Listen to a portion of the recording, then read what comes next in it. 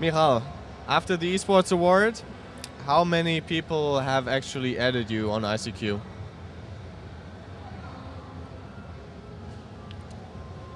Do you keep track of that? I think none. I think it's not working. Something's wrong. You asked for groupies last year. Now you even gave your ICQ number. What's next? Phone? I don't know. I think I think I should stop trying. It's a little bit, it was in I think lucky number 11 when somebody calls you a horse once. You call them stupid. When somebody calls you a horse the second time, you hit them in the face. And the third time over, it's time to buy a saddle. So I suppose that, I'm not going to wait for the third time. I'm just going to give up. So being a video journalist, a journalist in esports, what has it given you, except from groupies, which obviously have not arrived yet? Well, as you said, it hasn't given me groupies. But what it does give me is constant enjoyment.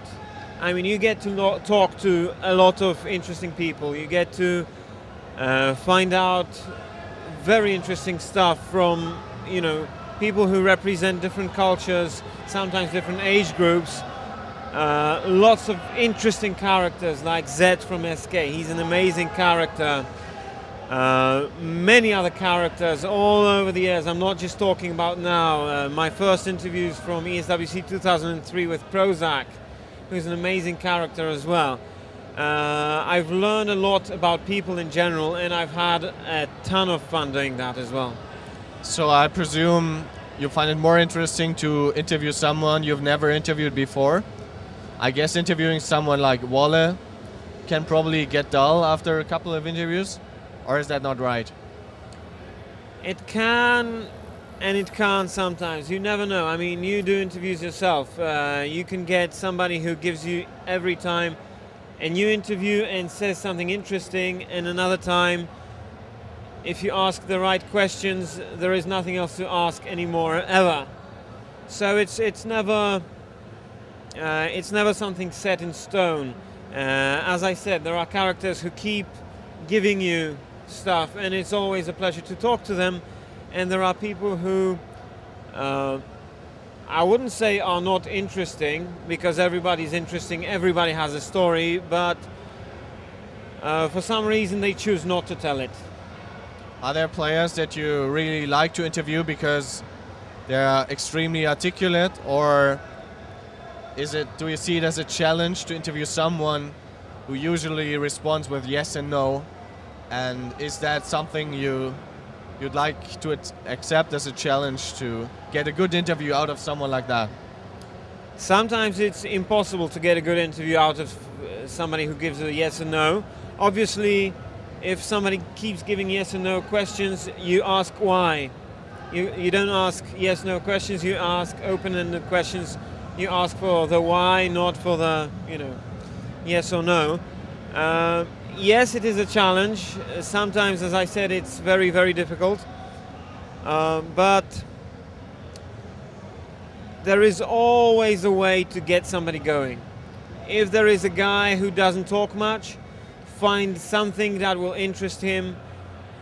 Try to, touch him in a way that will make him laugh, that will make him open. And even if he doesn't say something, then he will react in a way that will show you what kind of person it is in real life. Sometimes it happens with my Ushat interviews, where I do something completely stupid and the person reacts in a very, very spontaneous and a very natural way, where normally a well-groomed professional gamer will always know the right answers, always know how to behave. Sometimes when you do something non-standard, you get to the person and you make sure that the person actually shows his or her true self on camera, and that's really fascinating. Like you said, you're doing the Ushat impression. You do have your one-on-ones, which are general interviews, not that tournament specific.